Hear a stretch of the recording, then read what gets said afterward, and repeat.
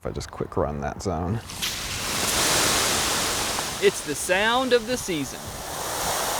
Irrigation season. Definitely have to do some reprogramming with it, but it'll be nice as far as looking at the usage chart. Stefan Diangona has a big item on the to-do list. Basically looking to remove the sod that we have. A DIY project with an assist. Friends and refreshments will help for sure. So will the City of Bend's turf removal rebate program, paying Stefan $2,406 for 802 square feet of grass. It kind of opened the door to give us the green light to move forward. We're taking the dirt out of the swale and using it to build a mound on the other side. Across town, Bruce Couch has a similar plan. Our contractor doing the xeriscape, he called up for the 811 stuff. 2 of the dozens of homeowners turning grass to cash in an effort to cut their water use. We got a ton of applications for this already, so the funding through June is pretty much spoken for unless someone drops out. Dan Denning has been answering a lot of questions since the city announced the rebate program last month. And over house to house, we can make huge impacts on our water demands. He's the Water Conservation Program Manager, working to meet an ambitious target. Our end goal is a 7.9 billion gallon reduction over 20 years. Most of those gallons go to the yard. We typically see about 15,000 gallons a year applied to a 1,000 square foot area of turf grass.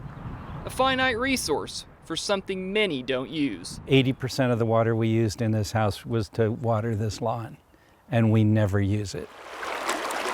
Water 101.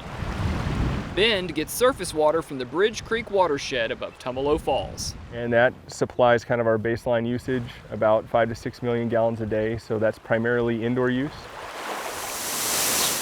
When irrigation gets turned on in April, we have 20 groundwater wells throughout the city of Bend that we supplement out of the Deschutes aquifer. It's a 5-fold increase due to irrigation. Sucking water out of the ground, only to dump it back on the ground. And sometimes the sidewalks. These are key areas to convert to something that is native or low water use or attracts pollinators. So who's the thirstiest water user in the city? Not this place. Only 2% of total water produced goes to all the breweries in Bend. Not golf courses. They don't use city water on the links.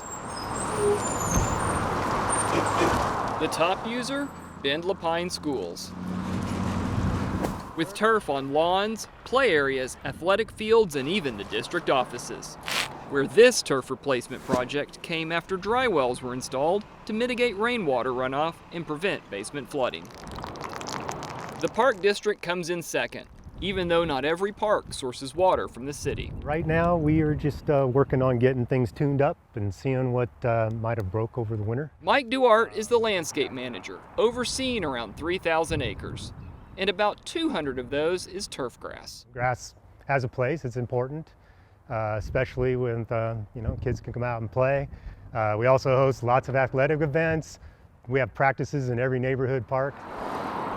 And number 3, the city itself, whose water use includes irrigating 40 acres of right-of-way landscape. Surprisingly, as Bend has grown over the past few years, water usage has stayed relatively level. We don't see the same trajectory and growth in our water use. City data reflects a trend water managers would like to see hold. It's encouraging, but obviously, we've got some pretty hefty goals. For Bend water customers to cut their daily water use. Right now we're at 157 gallons per day. If we can reduce that by 13 gallons per person per day down to 143, that will help us meet our goal by 2040. All while the city continues to grow, out and up.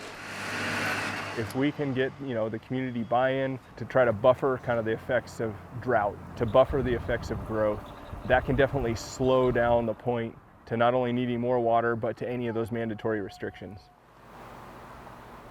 All the trees are staying.